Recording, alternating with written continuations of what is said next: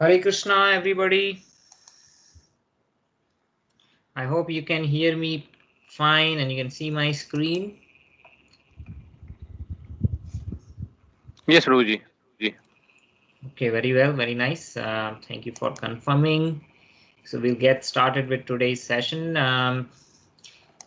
Before we get started, I wanted to let you know that the chat feature, I believe it's still, disabled. Is anyone able to see it? I think it's still not working. We have a ticket open with Microsoft Tech Support. So again, it's related to one of the recent upgrades that happened that's preventing the chat to be used. So if you have any questions, as usual, please feel to interrupt me while the class is going on, or you can send a message on WhatsApp and I'll respond to your questions.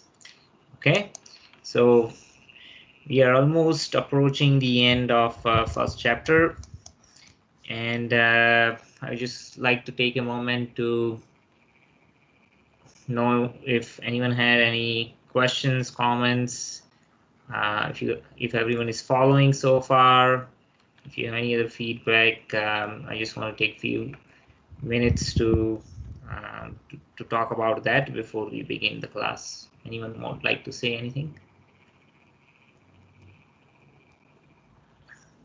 No?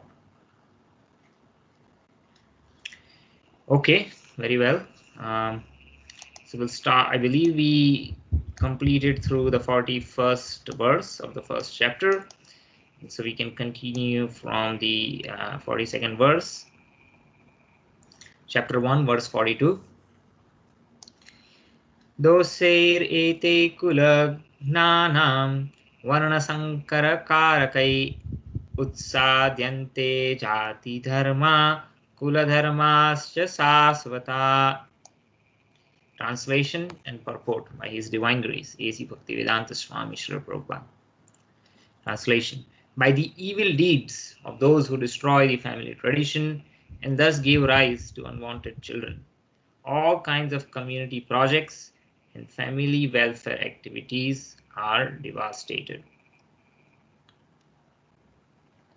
Purport: community projects for the four orders of human society combined with family welfare activities as they are set forth by the institution of Sanatan Dharma or Varnashram Dharma are designed to enable the human being to attain this ultimate salvation.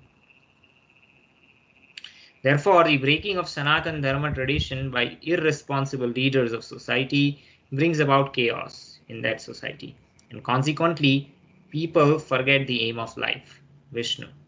Such leaders are called blind, and persons who follow such leaders are sure to be led into chaos.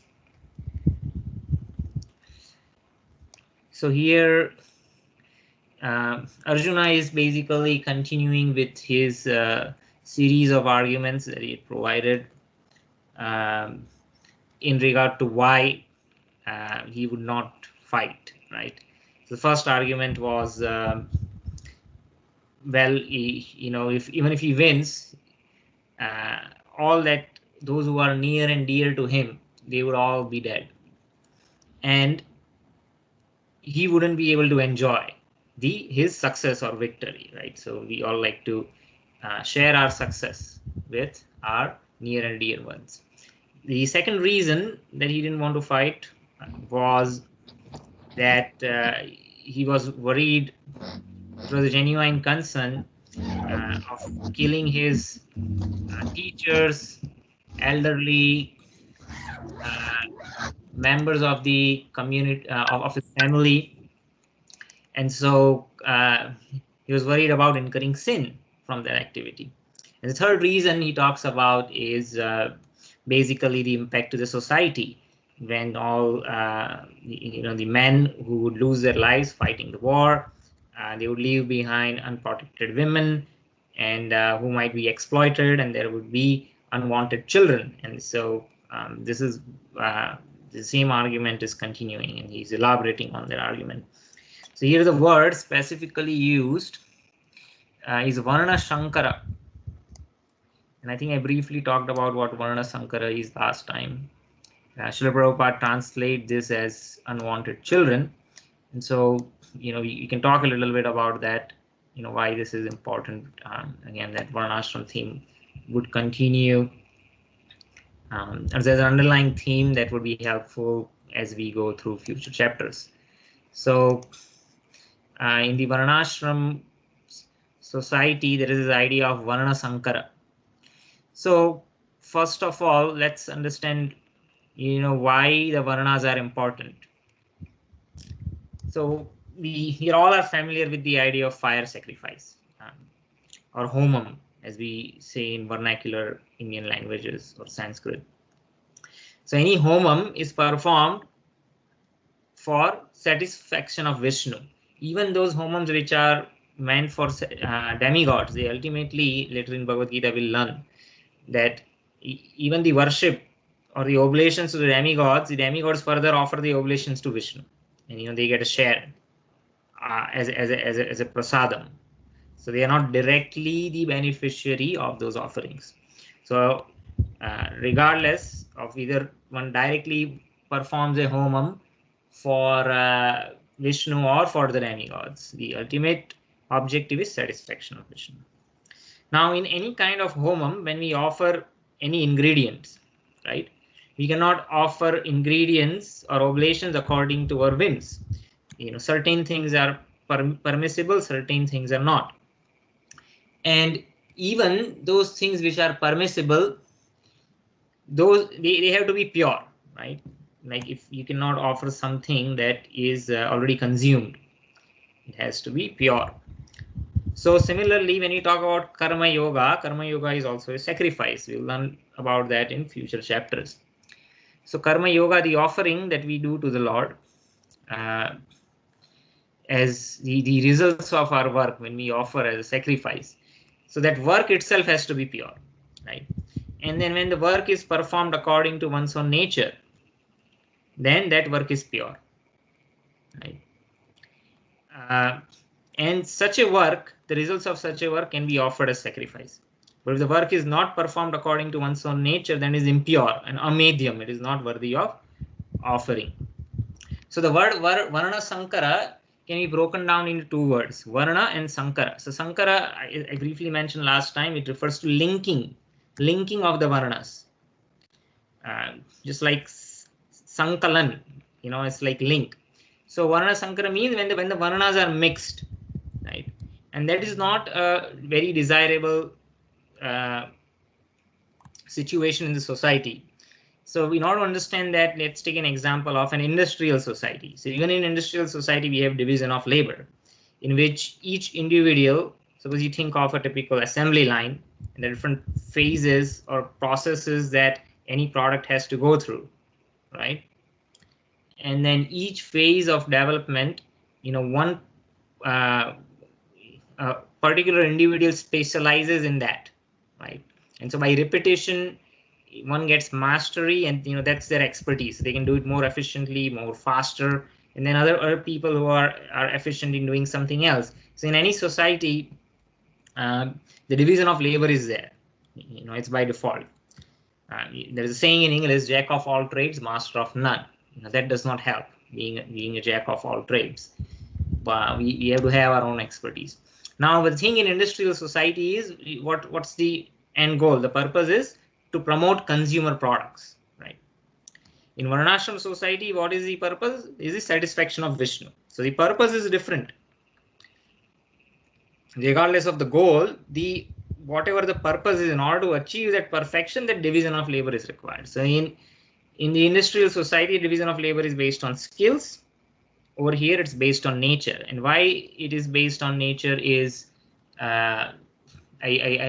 we talked about this earlier, that when one does duties according to one's nature, then that is not subject to karma, because it's natural to them. Just like a carnivore who consumes flesh is not subject to karma, because you cannot expect the carnivore to do something else. So the classless society is not possible, right? Classless society is an utopian idea that it's impossible to achieve. So in second chapter, we'll learn later, Krishna says that those whose intelligence is fixed, right, in achieving one particular goal, right, which is spiritual perfection, then what happens is they utilize this varnashram dharma to engage in their own varna-based activities, and they achieve perfection through that, right? On the other hand, in the same chapter, so that was 241, then later in 244, Krishna also says, but those whose minds are attached to sense enjoyment and material opulence, they are bewildered by such things, and for them, their determination in that spiritual perfection is not established, right? The determination in spiritual perfection by doing one's own duties based on occupational engagement, that does not take place, right? So we see currently in the mainstream society, the widespread idea is that, well, the life is linear, we live and die once, and so you want to enjoy to the fullest extent. And in that sense, if you want to enjoy to the fullest extent, it makes sense to have a consumeristic society. So that's based, and if you have a false premise, then the entire superstructure that you build on that foundation is shaky. It's not well established. And so in that regard, people who are not engaged according to their nature. So that is a difference. Now, how do Varna Sankaras come about, right? So one way it can happen, as Arjuna is making a case here in Bhagavad Gita, that it could be an outcome of a war, right? So we already talked about there where all the elderly members are destroyed or killed, then the degradation of the pollution of women and degradation of the descendants would come about. Now, but in Kali Yuga, even if there is no war going on, in the current situation is people have forgotten the purpose or the aim of life. So there is a willful neglect. In previous ages, so Dwapar Yuga, Treta, those yugas, the people were practicing Varnashram. But when there is war or certain kind of calamities, then Varnashram might be broken or temporarily not manifest, and that might lead to Varna Sankara. But in the present age, even there is no war, even if there is no war going on, because people do not know the purpose, right? There is a willful neglect. Right? There is a willful neglect in following the rules and regulations of Varnashram, and so there is indiscriminate mixing of the sexes. That's one way the unwanted progeny comes about. And then basically, even within the institution of marriage, the samskaras of providing good culture to the progeny, beginning with Garbhadan samskar, has been lost. So in the Aryan society, there are different kind of purifications or samskaras that any individual goes to. The very first one is Garbhadan. Garbha means the womb, and Dan means it's basically impregnating the womb. So even giving the birth to a child, there is so much consideration that is given. So even before that, when the marriage happens, people are very careful that they are marrying within their own varna, so that predominant varna or culture can be passed on to the progeny. And when the progeny is begotten, there is a time and place, that proper time, auspicious time for conception, that is astrologically determined. There are the detailed calculations on certain time of conception can lead to a birth of a male child, a female child, and then there is a description of what kind of nature that particular progeny would have based on the time of conception. So some of the scriptures, they describe in detail the entire Garbhadan samskar. So for instance, the first day of the menstrual cycle, the first 4 days are not suitable for conception. After that, up until the 16th day,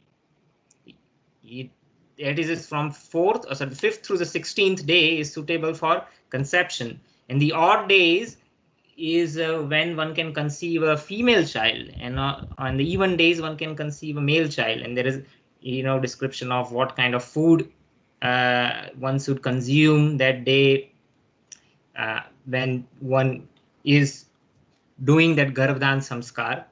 And so all these considerations go into picture. So bringing about a soul in this world or giving a birth is a great responsibility, right? So that Garbhadan samskar, after that the child is born, there is Namkaran samskar, Chudakaran samskar, Upnayanam samskar, right? Vidyaarambh samskar, then Vivaha samskar, right? So all these samskaras, they are not simply ceremonies, but along with these ceremonies, there are so many other impressions. Samskar literally means impressions on the mind.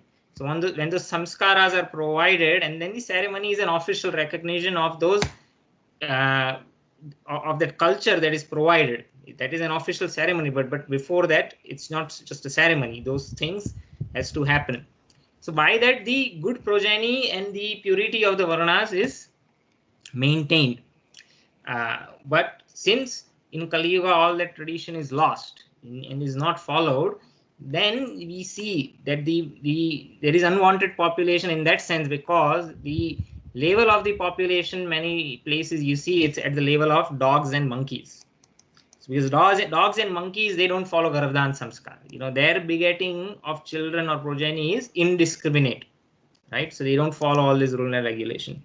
So it is said in Srimad Bhagavatam, this is about Kali Yuga. He says at the time when people in general, they will fall systematically on the path, they will fall systematically from the path of progressive civilization. That means they will go away from Varnashram Dharma. Varnashram Dharma is the progressive civilization.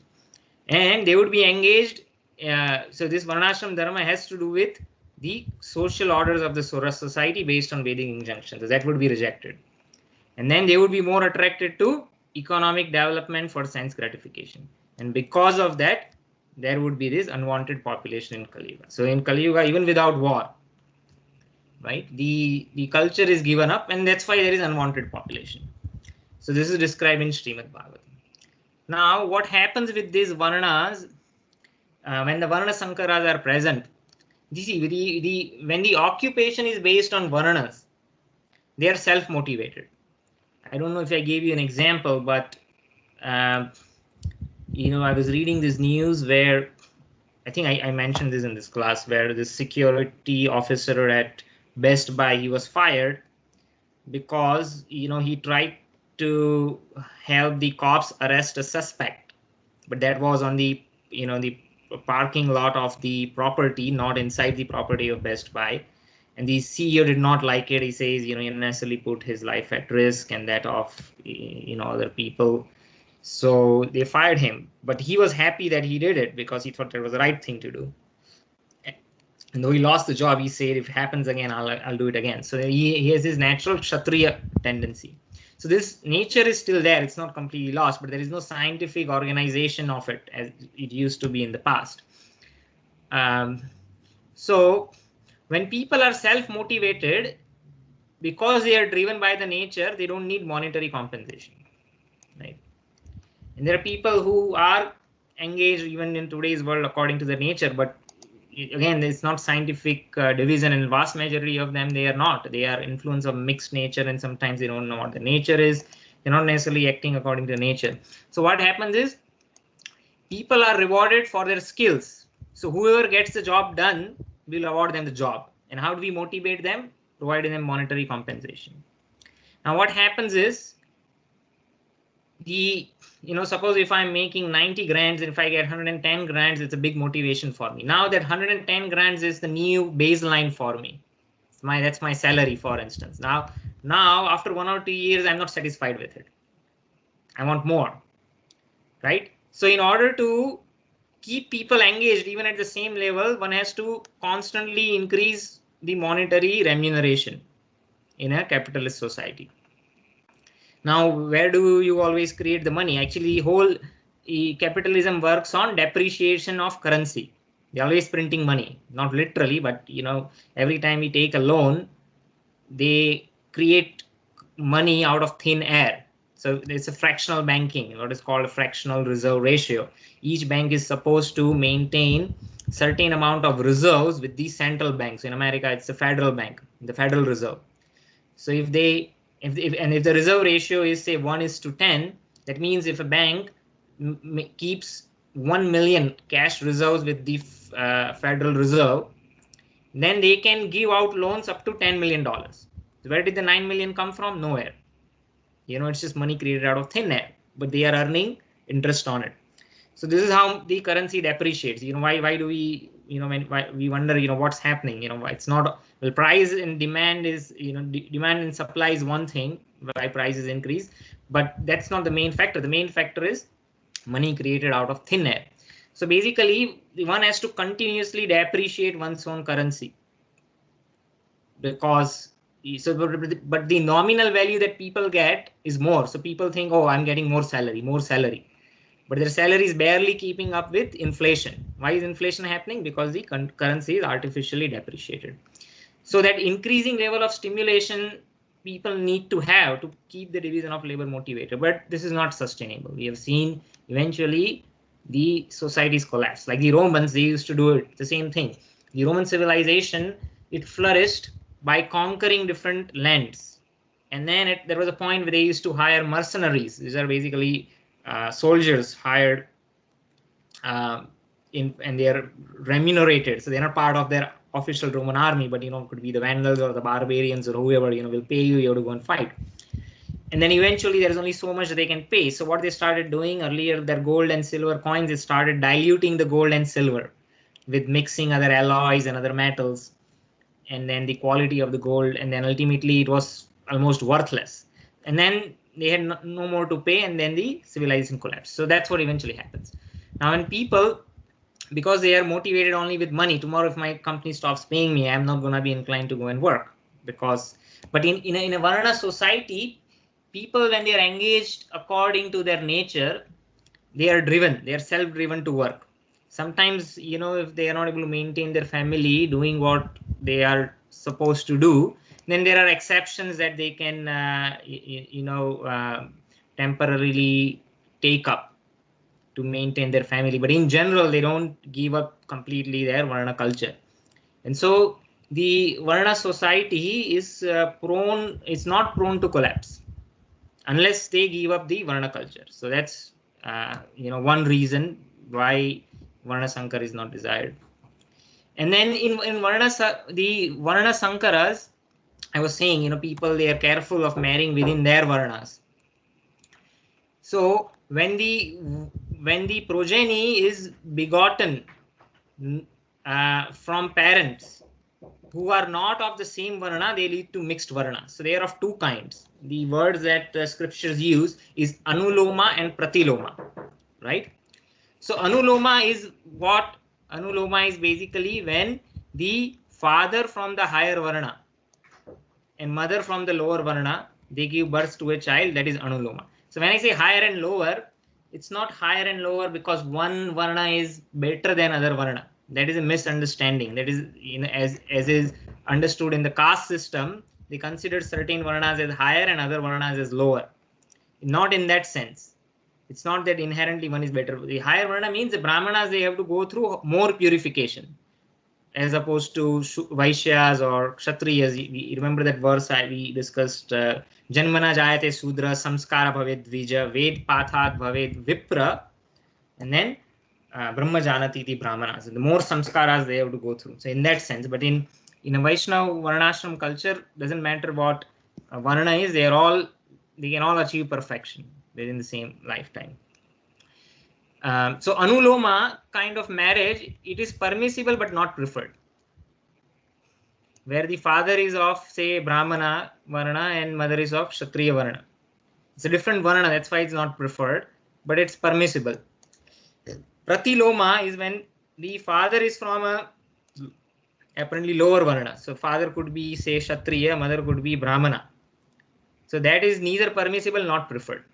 So what are these words Anuloma and Pratiloma refer to? So Loma literally means hair, right? And Anu means in the direction of growth. Prati means opposite to the direction of growth. So basically Anuloma means one that is growing. It's basically referring to hair, hair growing in its natural direction, the hair on the body. When it is growing upward, you can call them Anuloma. And when it's growing, in like going up and curving down, it's like curly hair. That's like, you can think of that in a Pratiloma. So why they are referring to the hair? So in the Vedic culture, both hair and nails, they are considered to be excreta. And then that's why you see Brahmanas, they always shave their head. Only they have the shikha. You cut their nails, and so there are 5 kinds of air in the body. So one of them is the inhalation, exhalation. Then there is air which helps circulation. There is air that helps digestion, and there is a 5th kind of air. There's one kind of air which helps us remove our byproducts from the body. Urine or excreta. And the same air is also responsible for the growth of facial hair or hair on the head. The same air actually is responsible. So it is said that after the bowel movements, when that air actually pushes out all the unwanted substances, after the bowel movement, there is a significant growth even in our facial hair. They grow all the time maybe, but that's when the maximum growth happens, because the air is actually pushing out all the unwanted substances. So the hair is considered impure. You don't want anyone's hair, when cooking, or especially if hair falls down, or nail, it's all considered unclean. So similarly, the Anuloma and Pratiloma in a strict Varnashram society, they are considered unwanted. They are not clean. They are considered the sort of the waste byproducts for the civilization. Now, so one might think, Bhaktivinoda Thakur is a great acharya. He appeared 150 years ago. Even at that time, the Varnashram was broken. And so he said that, well, we cannot change the society, but what we can do is we can change ourselves. That in later we'll study in Bhagavad Gita, the different nature of different varnas are described. So he's saying a person should do that work and follow those rules of varna which are most suitable to one's nature. And by honest judgment, a person can determine work and lifestyle most suitable to himself. And if he cannot do so, he should consult a competent authority. So this is by Srila Bhaktivinoda Thakur in his book Sri Chaitanya Sikshamrita.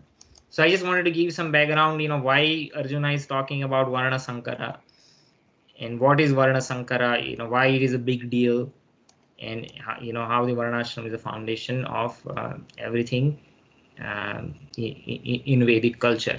So does anyone have any questions or comments before we move on?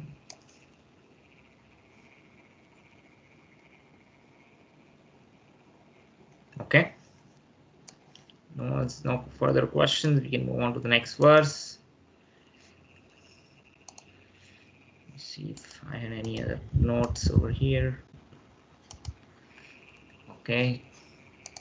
There's nothing. Just looking at.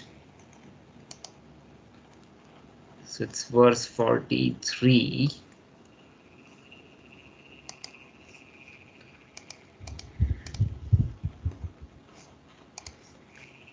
Okay, verse number 43. Utsanna kula dharmanam manushyanam janardana narake niyatam vaso bhavatiti anushruma. Translation: O Krishna, the maintainer of the people, I have heard by disciplic succession that those whose family traditions are destroyed dwell always in hell. Purport: Arjuna bases his argument not on his personal experience, but on what he has heard from the authorities. That is a way of receiving real knowledge. One cannot reach the real point of factual knowledge without being helped by the right person who is already established in that knowledge. There is a system in the Varnashram institution by which, before death, one has to undergo the process of atonement for his sinful activities. One who is always engaged in sinful activities must utilize the process of atonement called Prayaschitta.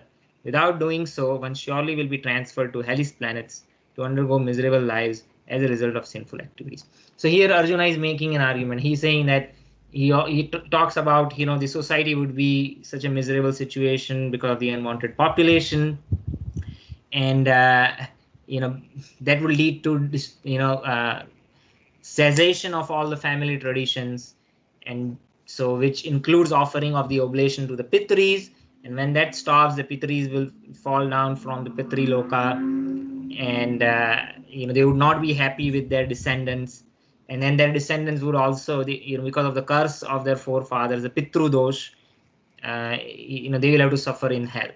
So that is his argument. That is what he's saying. So by the way, there is Pitru Paksha starting. I think it's next week or in upcoming days, which is that 15 days where every year we offer Shraddh to our forefathers. So it is just coming up. So Pitru Loka. So it's just timely that we have this verse over here, which Arjuna is quoting. And Arjuna is saying that I have heard from disciplic succession. So here Prabhupada makes the point that one cannot whimsically come up with their own argument. So here Arjuna is quoting an authority. So he's saying it's not my opinion, but the scriptures and the acharyas or guru, they have said it's established that those who destroy their family tradition, they have to suffer. It's and unless one atones for those activities, sinful activities, through the process of Prayaschitta, one is surely transferred to hellish planets. So he's making that argument, why this war should not happen, and why he should not fight. He doesn't want to be directly be responsible for the aftermath of all these ills. So that is the basic argument. Anyone has any questions on this one? Verse number 43. Hare Krishna, Prabhu. I had a question. Yes. So the previous word said that the process for Prashchit. So what is that? What is that? I understand Prashchit, but I was under the impression that you get you have that impression of Prashchit based on conscience. But this makes me feel that there is a process that one has to definitely call Prashchit. Yeah, so in different dharma shastras, and by the way, if anyone did not hear the question, what Prabhu is asking is he was under the impression that prayaschitta means, and one has this repent, feeling of repent, and one has that churning of the consciousness, and that might be enough for expiation of one's sins. But based on this description, he felt that it's more than that, where one has to actually go through a certain process.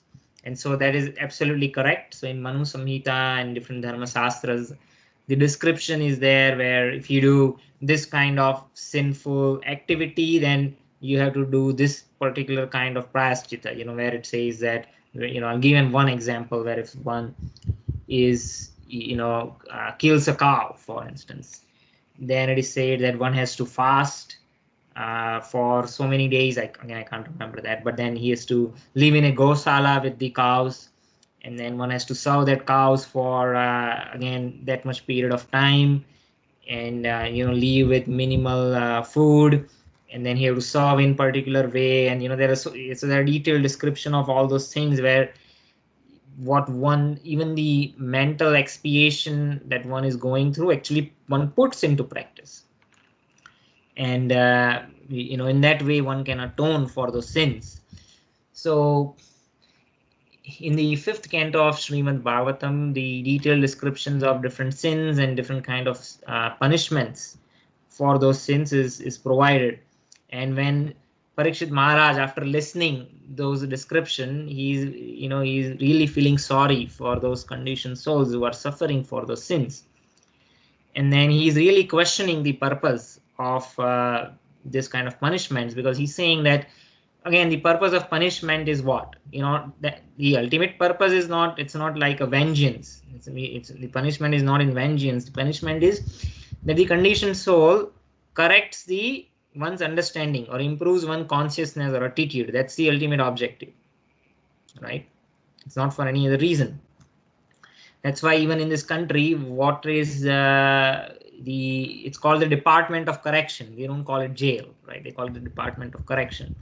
And that's why there is a lot of debate about incarceration rates being so high, maybe in certain communities or in overall, like, is it really worth putting someone in prison for this minor crime? And so they think of what other alternate ways. That's why they have the idea of engaging them in social service, or sometimes they try to avoid those incarcerations, because studies have shown that sometimes by punishing, they become even more hardened criminals, which they would not have become otherwise. And so Parikshit Maharaj is questioning that, okay, you punish that individual, but by punishing, we see that the consciousness does not change. After going through the punishment, many individuals, they come back again to the same crime or the same kind of sin. So he's comparing that to the bath that is taken by elephants, and they come out after taking the bath, and with their trunk they suck the sand, and again they blow the same sand on their own bodies. Elephants do that. So then the bath that they took has no value, because now they are again covered with dirt. So this is one of the nyayas. In Shastra, there are different kind of nyayas. They see things, they observe things in nature, and then based on that they apply those analogies to in the various logical aphorisms. So in reply, Sukdev Goswami says that you are correct, Parikshit Maharaj. What you said, that by just by punishing, the propensity to commit sin is not destroyed.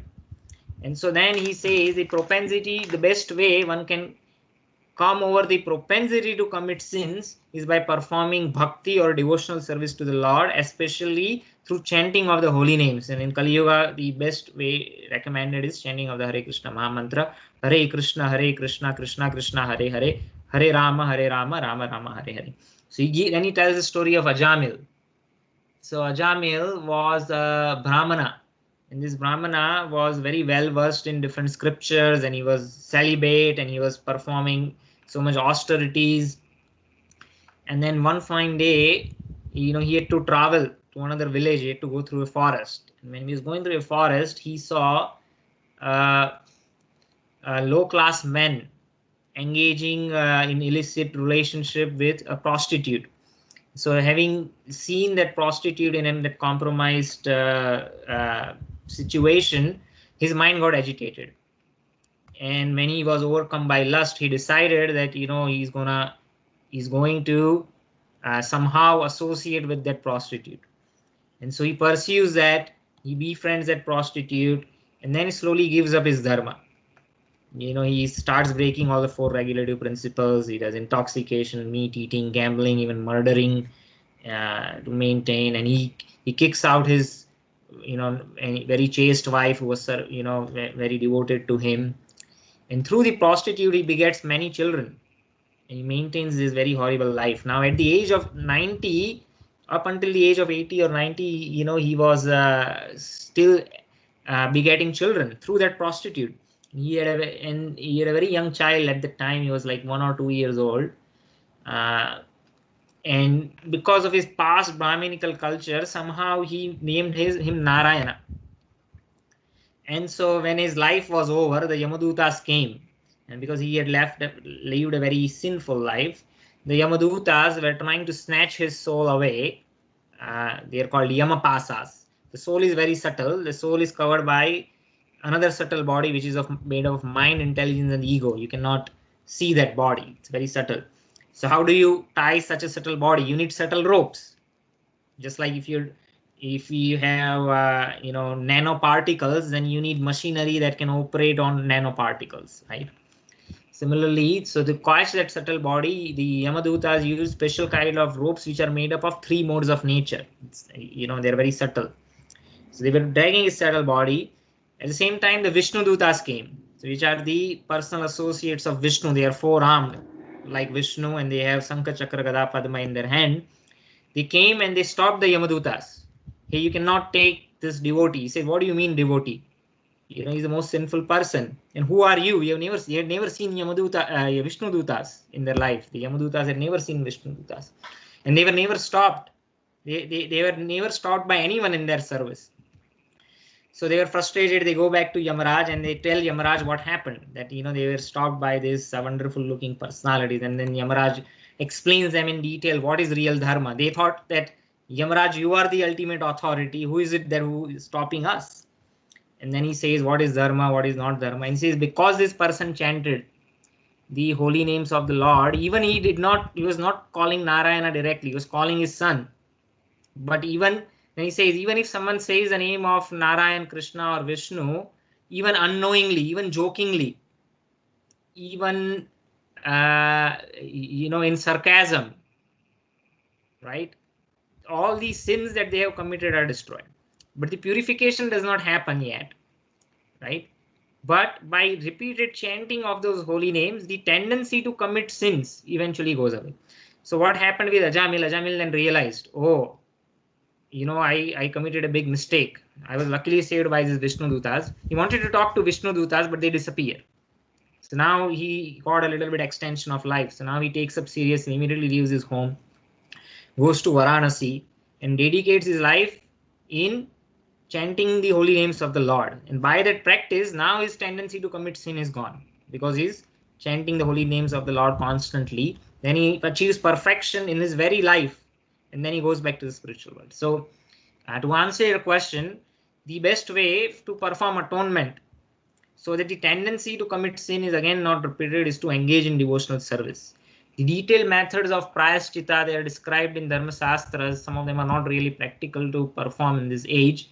But the best way of atonement is to we engage in devotional service, but we should not do what certain practitioners of certain religions do, where you go and confess once a week and then you again do sinful act. That does not help, but one has to really feel the wrongdoing on their part and make active effort to not do it, and then also engage in devotional service, and that dirt that is accumulated will slowly go away. I hope that answers the question. Yes, Prabhuji. Thank you. Thank you. Okay. Okay, verse number 44. 43, was it 43? This is 44. So we already discussed this. Okay, so let's say verse 44.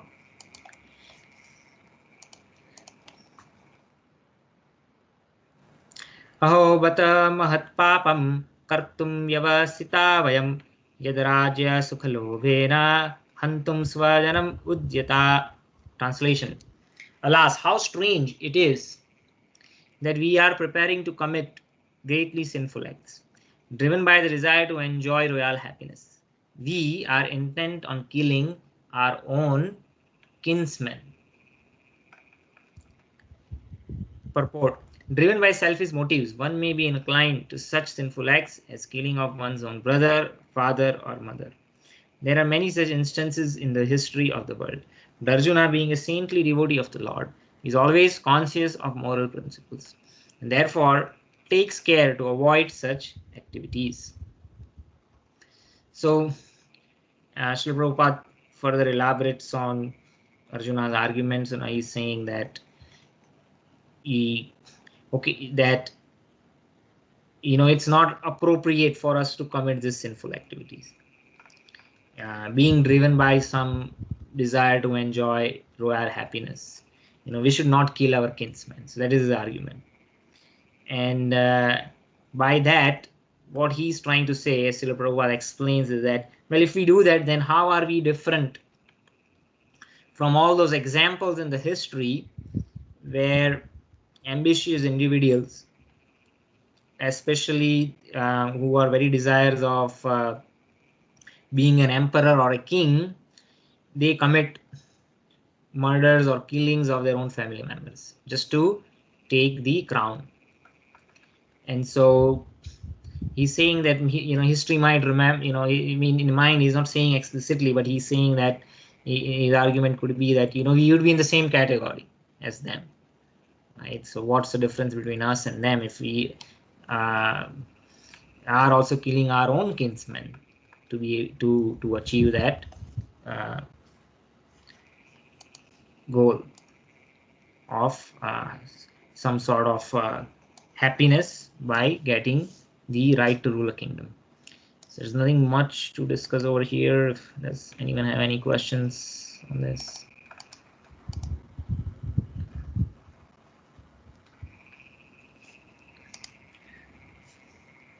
Yeah. Okay, here but indicates great danger. So aho bata mahat papam. So he's saying this is a great danger that he's talking about of killing one's own relatives. Okay. Verse number 45.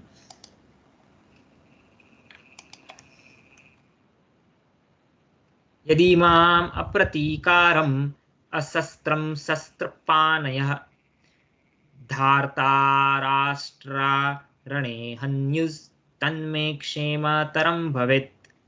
Translation: Better for me if the sons of Dhritarashtra, weapons in hand, were to kill me unarmed and unresisting on the battlefield. Purport: It is the custom according to the Kshatriya fighting principle that an unarmed and unwilling foe should not be attacked. Arjuna, however, decided that even if attacked by the enemy in such an awkward position, he would not fight. He did not consider how much the other party was bent upon fighting. All these symptoms are due to soft-heartedness resulting from his being a great devotee of the Lord. So there are different codes of conduct where the fight is between the equals. They use the same kind of weapon. If one does not have a weapon, then you would not attack someone in that situation. So Arjuna is saying that even in such a situation, I would rather be attacked and killed without protesting or trying to counter, without any weapons in my hand. Right? I would prefer that than to fight and kill my family members. But by doing that, he did not consider. He did not consider how much the other party was bent upon fighting. Right? He says, okay, no, it doesn't matter. Okay, they are bent upon fighting. Let them fight. I would prefer not to protest. So Srila Prabhupada mentions that this is the result of his being soft-hearted, and devotees of the Lord naturally should have compassion, which is what is demonstrated by Arjuna over here. So that was verse 45. Let me see if there are any other comments by our acharyas.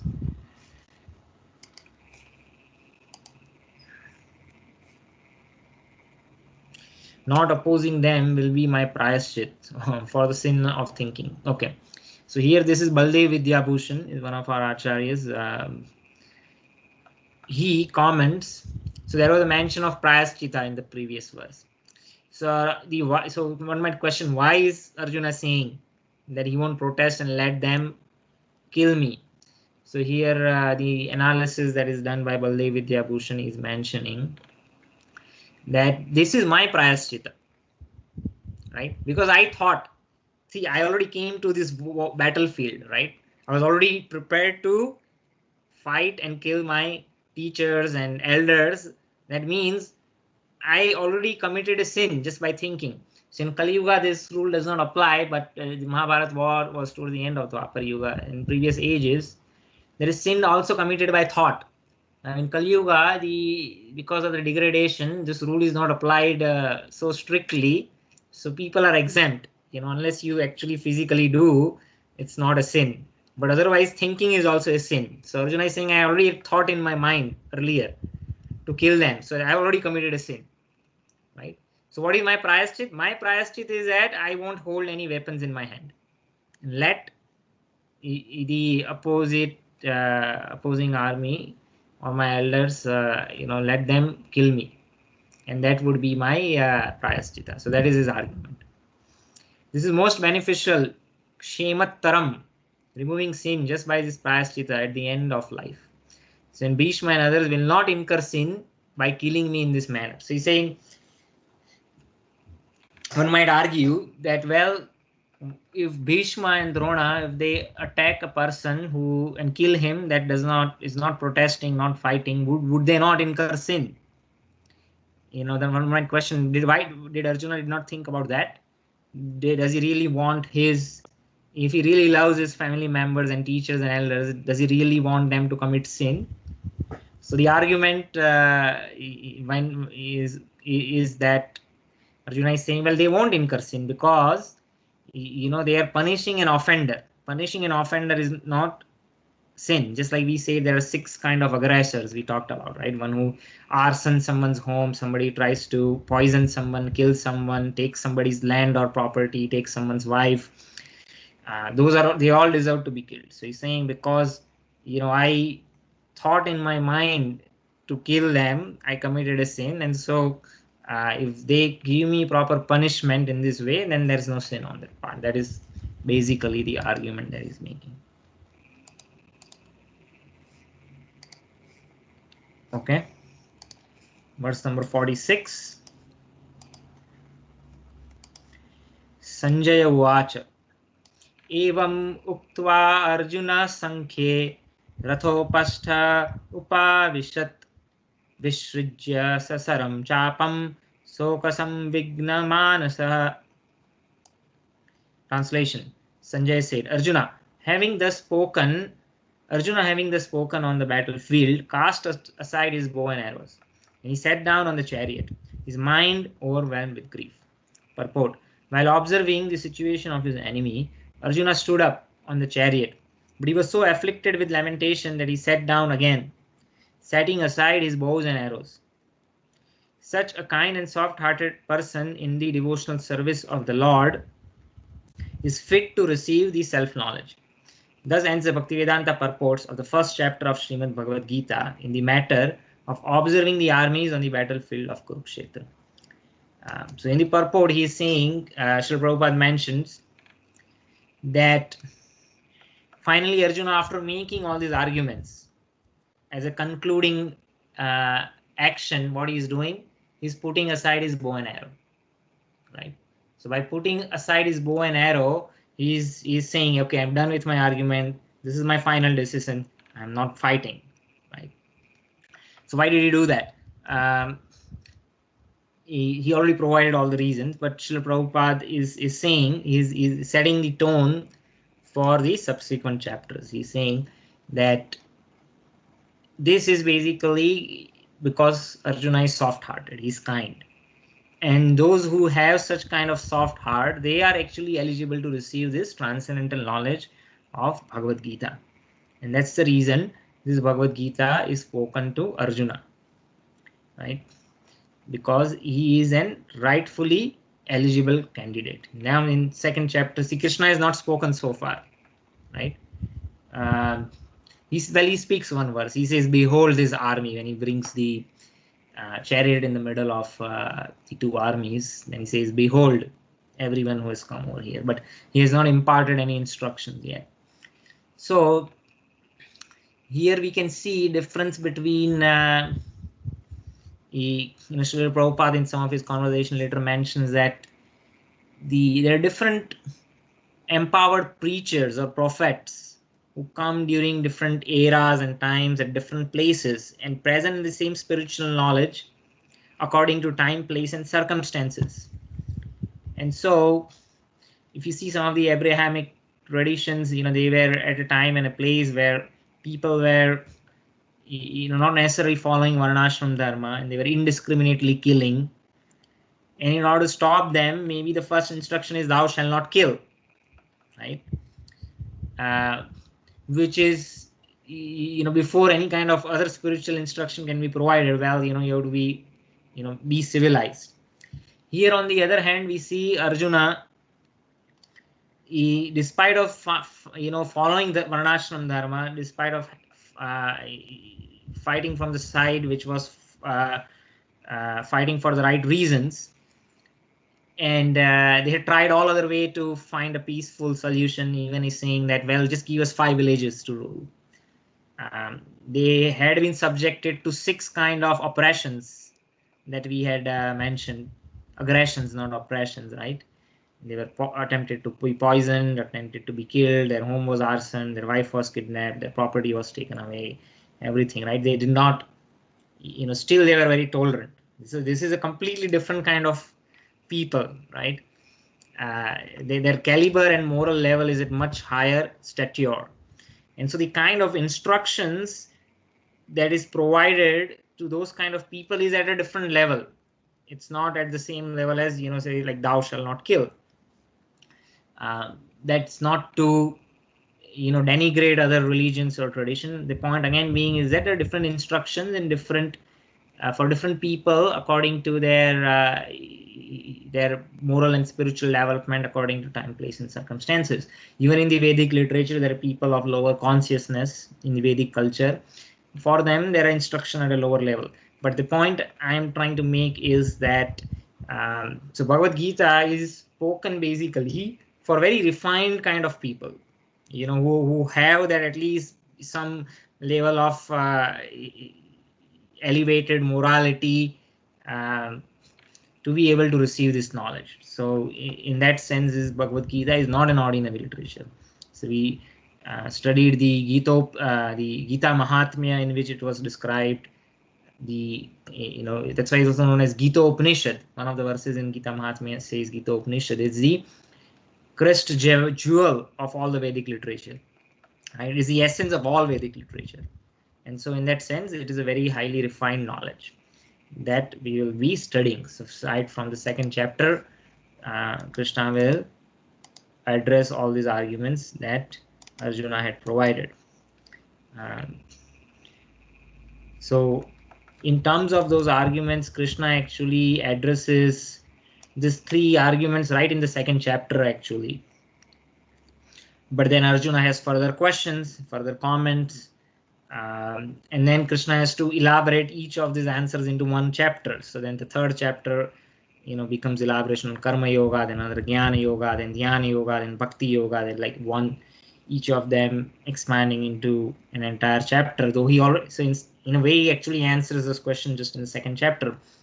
But then because of counter questions and clarification that Arjuna seeks, then there is elaboration through the 6th chapter. And so up until 6 chapters, it's all, you can say it's part of karma yoga, though there is jnana yoga, dhyana yoga. But when we say they all together comprise karma yoga, means they have more to do with acting. So gyan, there's jnana yoga, but the ultimate objective of gyan is not just simply knowledge, but you to act according to the knowledge. Same thing with dhyana yoga and bhakti. So everything is associated with action in the first 6 chapters. The next 6 chapters, which is 7th through 12th, then they go into, because by the end of 6th chapter, Krishna establishes that devotional service or bhakti is the highest. And who is the object of bhakti? That is him. So then he elaborates on, in the next 6th chapter, he just elaborates on bhakti. So they all comprise of bhakti yoga, the next set of 6 chapters. And the final set of 6 chapters is Krishna then going more into knowledge or analytical study. Though Jnana Yoga is already covered earlier, but then he elaborates on that Jnana. What is knowledge, how we perceive the world, how you analyze things, and there's a detailed description of different aspects of knowledge in the last chapters. But then by the 70th chapter, he actually concludes again, everything is covered. But the 18th chapter is Krishna goes full circle and says, well, we talked about so many things. I just want to make sure that, you did not lost the focus. And then he addresses those 3 arguments that Arjuna had initially brought up. He does not go point by point. Hey, Arjuna, that, hey, you asked this question, this is the answer. He does not say that this is in response to that particular question. But, if we study it scrutinizingly, we will see that those verses in the final 18th chapter, how those verses are going back to this first 3 arguments that Arjuna had raised. And so just like in any presentation, you might begin a presentation, we are trying to make a business case or whatever, and then you might, in the course of time, you might talk about so many things. And then when we conclude, you can bring it back to the original point, right? So that, it's not lost. And so all these 3 arguments are again conclusively addressed in the last chapter of 18th chapter. He specifically answers that. So when we discuss that at the point, I'll refer it back to those questions which were or the arguments that Arjuna had raised. Yes, I think I talked about that. Time, place, and circumstance. Just want to see if there is anything else.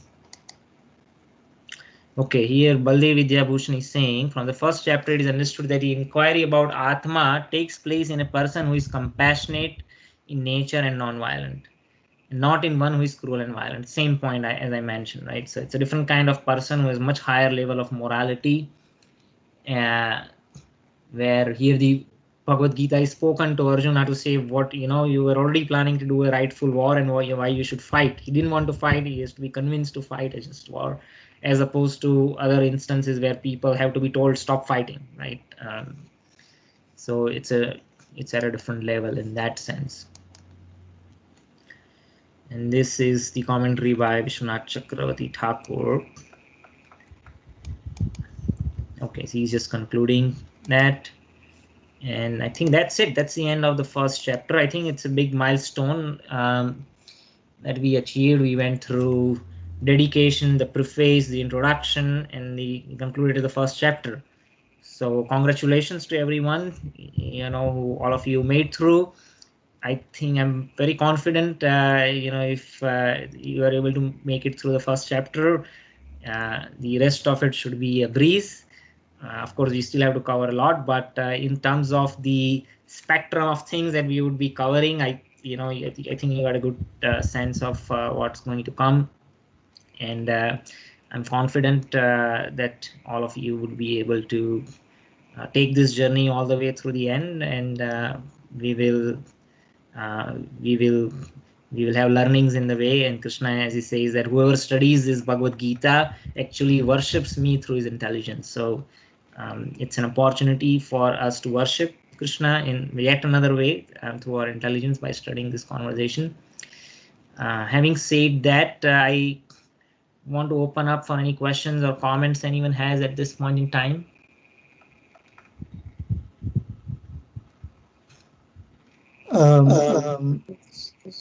Actually, we're getting whenever we speak, we need two microphones. Sorry? Whenever we speak, echo back. Oh, yeah, you're getting an echo, you're saying. Yeah. You think there's a issue at my end? Because when you speak, we don't get that. I see. Only when we speak, it's Okay, I'm gonna put my mic on mute and let me see if you still get echo. So go. Testing. I'm still getting the. That's strange because I just muted myself. The other thing I could do is, I think I have a. So when I share my screen, there's an option of using system audio, and I don't know if that makes difference. Let me see if I share my screen without system audio. Can you try once more? Testing. Yeah, I'm not getting echo now. Okay, so the thing is, initially when I played the Jai Radha Madhav, I was trying to play it from my machine, and then I had activated the system audio, and so maybe that was getting feedback. Thanks for letting me, and I just turned it off, so it should be fine now. Okay. Now the question, I think we still have some time, and probably I'm guessing there's a time for discussion. If not, it's okay to be skipped. The question that I have is how someone identify a particular task is actually based out of Varna or based out of his mind, whatever is getting. I mean, how does someone distinguish between a task is a Varna based on his own Varna or not? Yeah, that's a good question. Again, we'll be discussing this in much more detail in later chapters, but since you have brought it up, I can address that right now. So again, acting according to Varna, if you look at the situation in which Arjuna was when Bhagavad Gita was spoken, see, Varnashram was already established. Everyone knew what their Varna was. Everyone knew what their duties according to Varna was. And then the rest of the Bhagavad Gita is built on that foundation. So in that sense, Arjuna doesn't have to reinvent the wheel, or has to. That doesn't. What I mean is, it doesn't have to acquire something extrinsically. I mean, he is a little bit deviated right now, where he does not. He in a way he knows what the duty of a Kshatriya is, but then he is, due to other consideration which is unduly giving more importance, he doesn't want to perform his duties.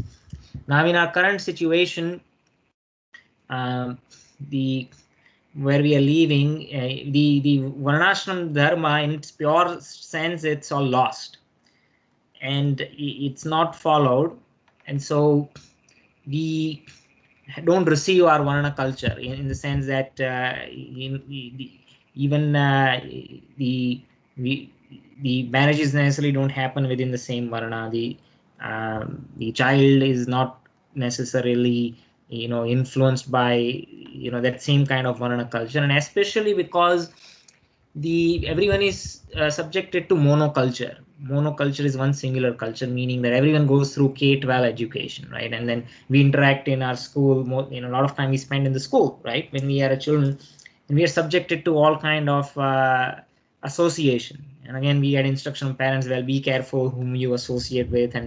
But that is again in terms of, well, associate with students who are sincere in studying, and who are not.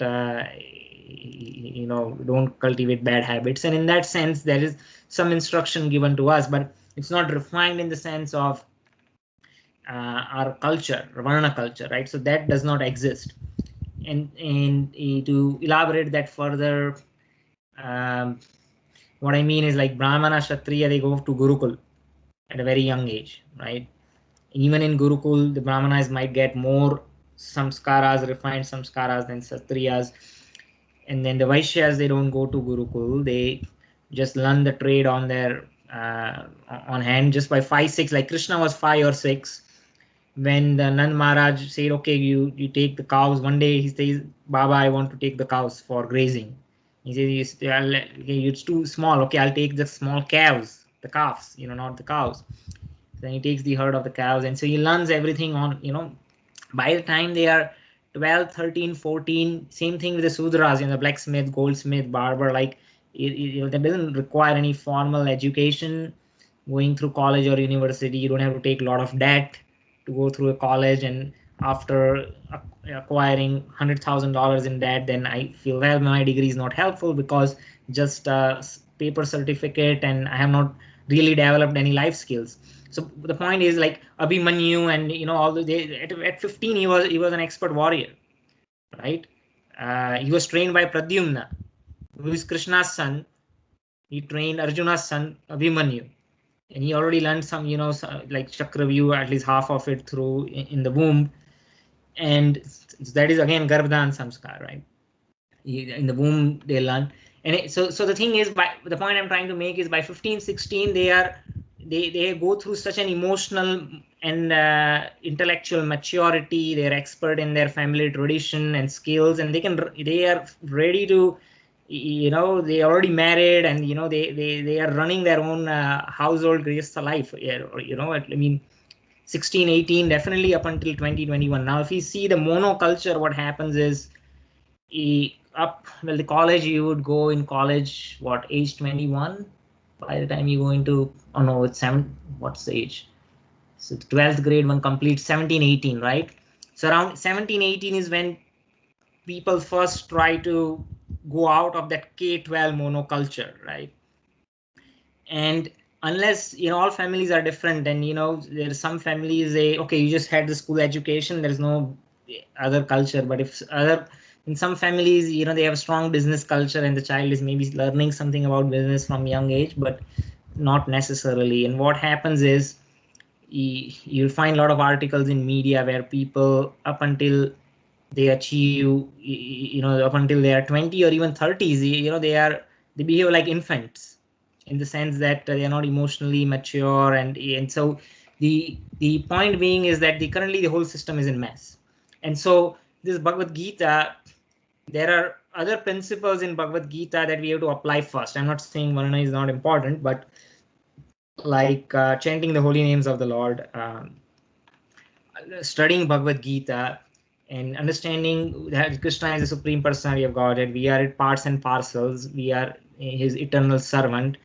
Our happiness is in serving Him. Just like the roots of the plant are watered, then the entire plant is satisfied. And the entire process of devotional service, we try to incorporate that in our life, right? Without making any drastic changes to our socio-economic situation.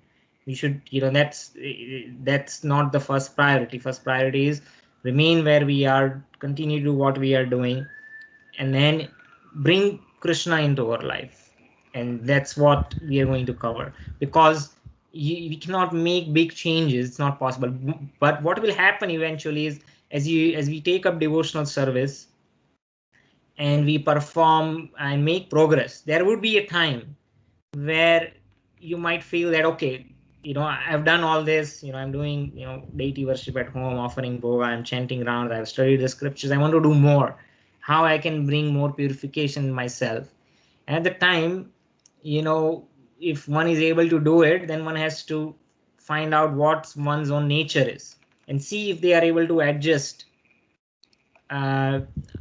according, maybe they are already situated in the profession according to their nature. But if they are not, and if they're really not getting satisfaction, they are burnt out, or they feel that this, it doesn't jive with me, then at the time, maybe if someone of a Kshatriya mentality is engaging in more Vaishya kind of activity, then maybe he wants to change his professional role if it's possible, and you have to see what is realistically possible. So again, you know, it could vary from one person to another. But as Bhakti Vinod Thakur says, as we looked over here, where Bhakti Vinod Thakur, to give some background, he was born in British India. I think it was middle part of 19th century or earlier part, and then he actually went through a lot of modern British education. He was not raised necessarily in a Vaishnava culture from an external perspective, but at some point of time, and he had studied all the Western literature, and some point of time he started studying the ancient literatures, and especially the Gaudiya literature of Bengal. He was influenced by it, and he was scrutinizingly able to study, and then he wrote so many bhajans and so many books, and he was magistrate. It was within the British government. He was by profession at the time. A lot of people used to study law, especially from an aristocratic family from which he came. And he was next to governor. He was actually in charge of the Jagannath Puri temple, very highly responsible position. And we don't know what his varna was, but he at least did not change. He continued doing what he was doing. Maybe he was already in that varna, or I don't know if his varna was different. I am not qualified to make a judgment on that, but he himself is making this recommendation. So he says a person should do that work and follow those rules of varna, which are most suitable to his nature. So because he's saying that, there is value in it. He's not whimsically saying that. And by honest judgment, one can determine. I'm going to talk about, we still have 10 minutes. I'll talk about where those are described. And why he's saying that? Because he's saying it's varnashram basically helps us bring to some moral foundation which provides some stability in our life. On that you can build a spiritual foundation. So he's saying a gradual and a slow process is recommended, right?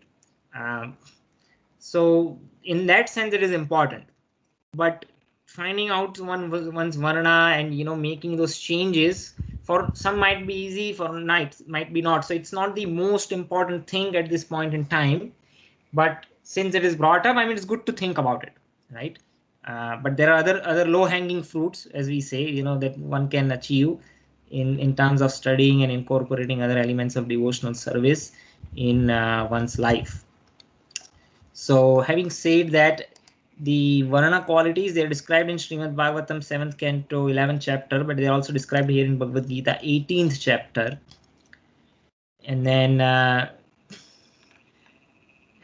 think it is, where is this? Is it 18th or 17th?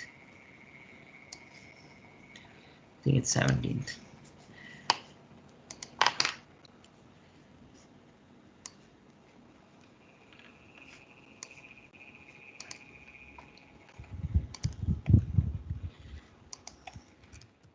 Dhamma tapa saucham shanti rarjamam mevacha tapa saucham. By the way, Prabhu, I got your message. I'll send you the link. I know you asked me the link to that article. I'll make sure I share it with you. So this is from Bhagavad Gita, Samadhamma Tapa Saucham here, 1842. It's in 18th. Somehow I might have missed it. Okay. So the first characteristics of the Brahmanas are described is Samadhamma Tapa Saucham Santi Rarjamam Evacha Jnana Vijnanam Astikam Brahma Karma Svabhavajam. He's saying peacefulness, Samaha. So Samaha, peaceful means, Sama means equal, in a way you can say Sama means balance, and peacefulness, what it means is that one is not extremely depressed if things go bad, or is not super elated when things go fine. So in that sense, he's peaceful. That means that person is not dependent on something external. Is not dependent on external circumstances for one's own peacefulness. That person is Samaha. That is one of the main qualities that a Brahmana has. Dhammaha means self-control. That means one can control the urge to eat, to talk unnecessarily, the urges of the belly, hunger, urges of the genitals, to be able to control. It's not one is able to control one's senses. So in the modern in the contemporary society, the idea of freedom is that one indulges in the urges of the senses. That is called freedom. Whatever the senses demand, they are satisfying it, and so I'm free to satisfy. This is my life, liberty, and pursuit of happiness. This is my unalienable right. That's their idea. Actually, Shastras say the opposite. To satisfy all kind of urges of the body means that one is a servant. It's not freedom. One is actually bound. One is under the control of one's urges. Freedom means to be not affected by it. So that is dhamma, self-control. Then tapaha means austerity. Brahmanas are voluntarily supposed to accept poverty. Why? Then they can speak the truth. Otherwise, there is conflict of interest. If they are maintained as a salaried, employees by the king, then they are thinking, oh, if I speak the truth, the king might not like it, and king might, stop my salary or whatever, right? So tapa means because they are genuinely interested in guiding the society, in upliftment of the society, they don't want any conflict of interest. So voluntarily they accept austerity or poverty. The Brahmanas, they are supposed to do that. Saucham, they should be pure. Santi, again, they are very tolerant. They are supposed to take any physical, even mental, the tolerance, high level of tolerance is required. Kshatriyas are not necessarily very tolerant. They might have tolerance in terms of physical pain, of being, injuries from wounds, but your tolerance refers to tolerating, other insults or any other kind of mental pain or inflictions. Arjavam, honesty. Obviously, if they are not honest, then they cannot guide the society. They cannot speak the truth. They should be interested in cultivating knowledge and wisdom. Jnana, Vijnana. Vijnana is realized knowledge. Gyan is, first, both are required. You need the knowledge from the books to be able to quote and explain, but not just the ability to memorize and quote, but how to apply it, because anyone can quote and memorize. It's not a big deal, but where it needs to be applied. And then wisdom is again an extension of one is naturally able to do it. Astikyam, they should be theists, literally astik, nastik. Nastik is not a theist. And then these are the Brahma Karma Swabhavajam. So karma here Prabhupada translates this as a duty, but it literally means prescribed duty. This is the prescribed duties of Brahmanas are based on this nature. So what are the prescribed duties of Brahmana? They are supposed to learn and teach. They are supposed to do deity worship and teach others deity worship. They are supposed to accept charity and give charity. Kshatriyas, what they do, they accept taxes and use the taxes for performing yagyas or the benefit for the society. With the Brahmanas, they accept charity, but they are not supposed to accumulate wealth, because they are supposed to live a very simple, austere life. They take what is needed, and the rest they again give it in charity to other needy Brahmanas. So these are the qualities that a Brahmana has. So what does this mean for modern world? Then one has to see, there are people who are not really ambitious, and they really want genuine, advancement of the society. They want to guide and instruct the society without any remuneration. They really want things to improve, and they themselves are very interested in cultivating knowledge and wisdom based on what is passed by previous acharyas. They are very tolerant and austere, and this kind of people, if you can see in modern life, they are think tanks, but not the think tanks kind we have in necessarily in the contemporary society. There are a lot of them are very politically motivated, but there are people who really have a vision for the nation, and then they see how the society could be more dharmic, and then they have the ability to knowledge and ability to influence the administrator. That's at a higher level, but at a lower level it could be just teaching. Some people, I don't have to be a famous person who can influence a politician, but I want to impart moral instructions to, high school, middle school children, young children in my society, in my community. I want to share spiritual knowledge, and I want to, everyone doesn't have to be, a great renowned person, but whatever way one can influence. So those are the people who have that burning desire in them to do it. Those are more suitable for Brahmana kind of work. But then if they are employed in a salaried job, then they should see if it's possible for them to take up a profession which is more in line with, maybe give up my salary job and maybe teach in school if it's possible. Now, in some cases it's not possible, then one might have to just continue their way of life, but at least an endeavor should be made that one lives a life which is more in line with their nature. And that's good for their own satisfaction also. Then the qualities of the Kshatriyas are described, and if you pay notice, it's not described in terms of their ability to use weapons. How skillful someone is in using a gun or a bow and arrow or a sword, none of that is described over. He says a Kshatriya is one who is naturally a hero, Shauryam, he's a brave, there's valor, he has a lot of power, teja, there is dhriti, determination, because a ruler or an administrator, not just doesn't mean a soldier, but there could be administrators are also Kshatriyas, not necessarily fighting war, but they are determined. If there is a cause, they take instruction from Brahmanas and then they act on it. They are determined to do it. And with determination, they also need resourcefulness, because you don't necessarily have all the resources at all time. And then one has to work with limited resources, and they are expert. In vernacular Indian language, we say jugaad. They do all this, workarounds. They find some solution to keep things moving, and they have courage in battle. The Kshatriya code of conduct is either you die fighting or you win. There is no running away from battle. And they should be generous because they are collecting taxes. They have the right to collect taxes, but the taxes collection is not meant for their own sense gratification. That has to be used for public welfare. And in Vedic culture, public welfare means, again, it depends on welfare means good production of grains, and therefore that you need rain. Therefore rain, there is a yagya that's needed. So performance of yagya is one way on a large scale for the benefit of people. That's traditionally they do. In modern culture, they don't have idea of yagya, but then there is this public welfare and whatever roads, hospitals, and things like that. So then those who have this kind of qualities, then they probably are more suitable for administrative roles, not necessarily in a business organization, but in in a civic society. That, like in India, they have Indian Administrative Services. Over here in the US, I'm sure there is an equivalent of that, where one can be engaged in different civic roles.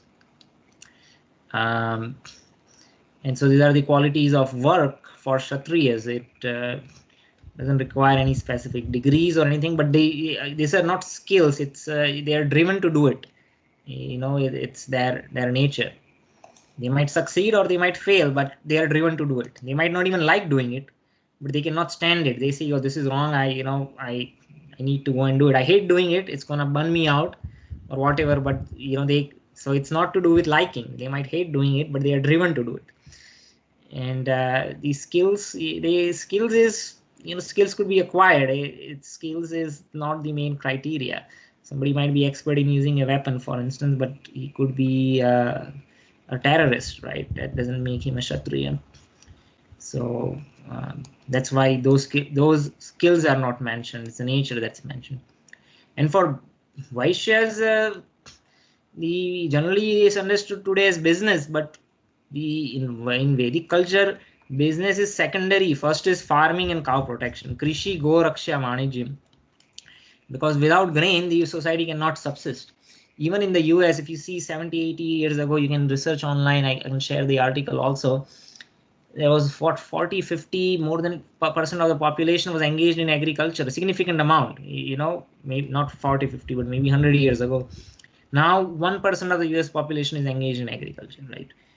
So traditionally society, only 2% of the population is Brahmanas, 7 to 8 is Kshatriyas, 15% is about Vaishyas, and the rest of them, they are more like labor class. They just don't have that mentality, and there's nothing wrong in it. And Sudras, they are not slaves. Sudras are basically, it has a negative connotation in the Indian caste system, but in Varna culture, Sudras are very high. In the sense their standards are better than people who claim to be Brahmanas today. In some movies they depict this nicely, like there was this Bahubali movie, in that this character called Katyappa, he was skillful in fighting. He was almost as good as Bahubali, but he is not a Kshatriya. He's a Sudra. Sudra means they are naturally inclined to serve. So much so that when the kingdom was taken away by what was this, Ballal Dev, and he was an evil person, and he knew that person is evil, but because he has taken the vow to serve, at this Katyappa, at the putting his own life at danger, what did he do? He saved Ballal Dev from the bull who was charging. So being a Sudra is a very high status. That one is not motivated by remuneration. You see, he is interested in serving the master. And Sudras could be highly skillful also. Like, Katyappa is such a great warrior, but just being great warrior doesn't make him a Kshatriya. He does not have the qualities of a Kshatriya, which, I can go and even, I think that particular movie really depicted nicely the qualities of both Kshatriya and a Sudra. Like even this instance where Bahubali is not given all the weapons to fight against, what is it, some Yavan was attacking, and then he made some impromptu weapons using the tents and put fire on it. And so he's resourceful, he's expert, he's a natural leader. When he was not given a kingdom, he was thrown out to a village and naturally turned out to be a king, and he was leading the people. He's a natural leader, right? So if you look at the previous verse, he says one of the qualities of resourcefulness we talked about, natural leadership. And that's why Ballal Dev's father, he says that, as long as this person is alive, wherever he will go, he will live like a king. He will influence the people. To the extent that when he was just made in commander-chief of the army and not the king, people were still, chanting his name. He's a natural leader. So anyway, the point being is that Sudra is not a derogatory term. It's a very high status to be able to, in Vedic culture, a master does not keep a servant just to take this high position that, oh, I'm maintaining him, to take, and he does not reject the servant when the servant becomes incapacitated or is not able to serve. You'll maintain him for the life. And similarly, the servant does not give up his master just because somebody else is paying me better. He's devoted. It's very high, and they just don't randomly choose. They are serving someone who is following Varnashram strictly according to Dharma, the Brahmana, Kshatriya, Vaishya, because they are devoted to Vishnu. Right? Now the whole system got corrupted and turned into this horrific Indian caste system, and there was a lot of abuse and other things. So all systems are prone to degradation. They're as good as people's sincerity in following. But the underlying system, the Varna system, is pure. It's based on high ideals, and these high ideals were practiced.